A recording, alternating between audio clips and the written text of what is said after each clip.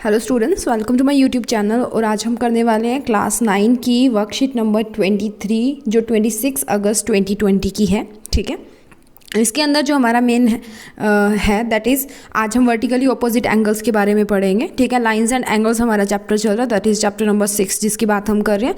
सो इससे पहले हमने एक चीज़ देखी थी कि अगर कोई एक लाइन ऐसे जा रही है, ठीक है, और उसके ऊपर ऐसे कोई रे खड़ी है, तो ये जो एंगल्स बनेंगे ना दोनों साइड, ये और ये, इन दोनों का सम चाहे ये 1 मान लो ये 2 मान लो, तो एंगल 1 प्लस एंगल 2 किसके बराबर होता है? 180 डिग्री के इक्वल होता है, 180 डिग्री के इक्वल होता है। ठीक है, इनको बोला जाता है लीनियर पेयर्स। ठीक है, अब बात करते हैं हमने इंटरसेक्टिंग लाइंस की, यानी कि जब लाइन ऊपर खड़ी नहीं है उसको कट करके निकल गई है, ऐसे किसी ओ पॉइंट के ऊपर ये कट कर रहे हैं, जैसे आपको फिगर नंबर 1 में दिख रहा है। ठीक है, सो हमारी फर्स्ट थ्योरम है, if two lines intersect each other then the vertically opposite angles are equal. अगर दो लाइंस हैं वो इंटरसेक्ट करिए एक दूसरे को, तो वर्टिकली ऑपोजिट एंगल्स इक्वल होंगे, यानी कि ये एंगल इसके इक्वल होगा, ये वाला एंगल इस वाले एंगल के इक्वल होगा। ये होते हैं वर्टिकली ऑपोजिट एंगल, यानी कि जैसे आपको फिगर में दिख रहा है उसका मतलब क्या होगा कि एंगल 1 जो है वो बराबर होगा एंगल 2 के, और एंगल 3 जो है वो बराबर होगा किसके? एंगल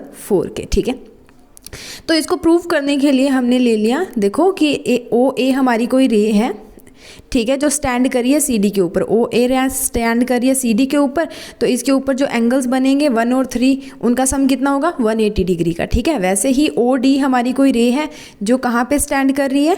ओ डी, ये वाली ए बी लाइन के ऊपर ओ डी रे स्टैंड करिए, तो 3 और 2 का सम कितना होगा? 180 डिग्री होगा। ठीक है, सो अब ये तो 180 डिग्री हो गया। अब देखो इसकी दोनों की राइट हैंड साइड बराबर है, अगर राइट हैंड साइड बराबर है तो लेफ्ट हैंड साइड भी बराबर होगी, यानी कि एंगल 1 प्लस एंगल 3 जो है वो बराबर होगा एंगल 2 प्लस एंगल 3 के। तो यहाँ पे 3 कॉमन है, काट दिया, तो यहाँ से angle 1 is equal to angle 2 आ गया। तो सिमिलरली हम प्रूव कर सकते हैं angle 3 is equal to angle 4।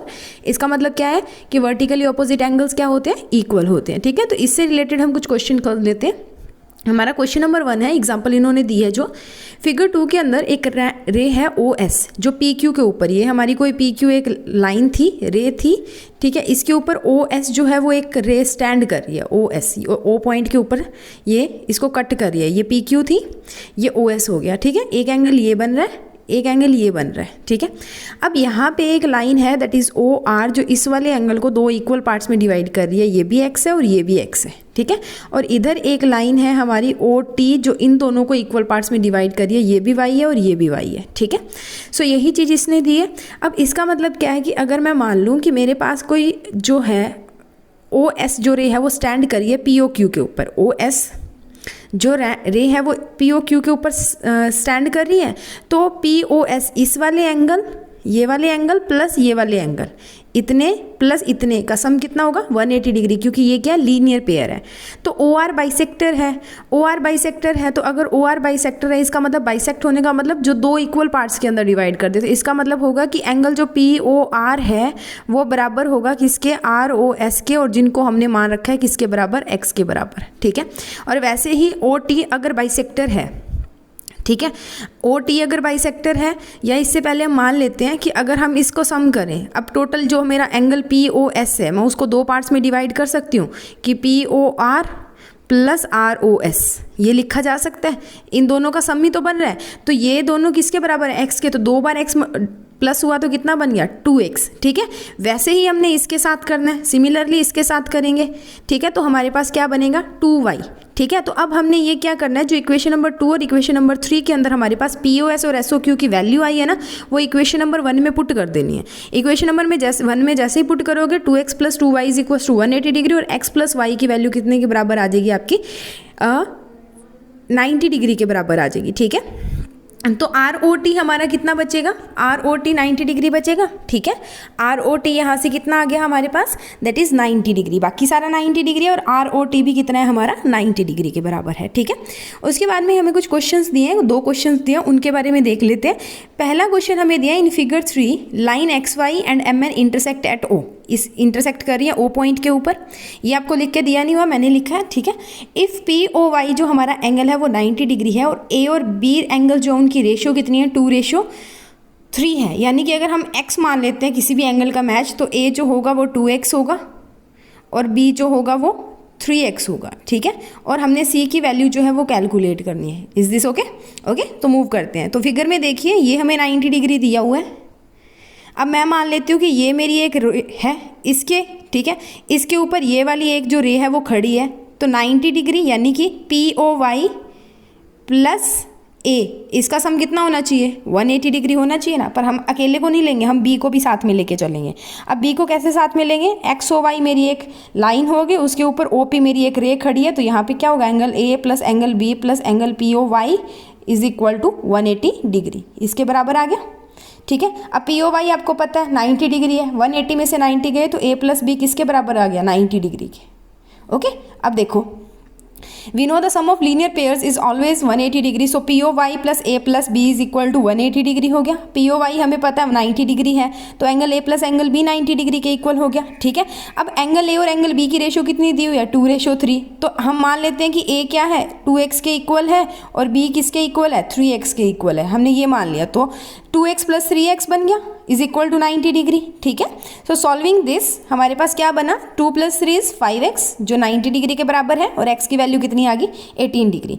अब x is a is equal to 2x था, तो a की वैल्यू क्या आएगी? 2 इंटू 18 दैट इज 36 डिग्री, ठीक है। और b इक्वल टू किसके बराबर था? 3x के, तो ये किसके बराबर आएगा? 3 into 18 which is equals to 54 degree. तो a और b की वैल्यू आ गई हमारे पास यहाँ पे, ठीक है।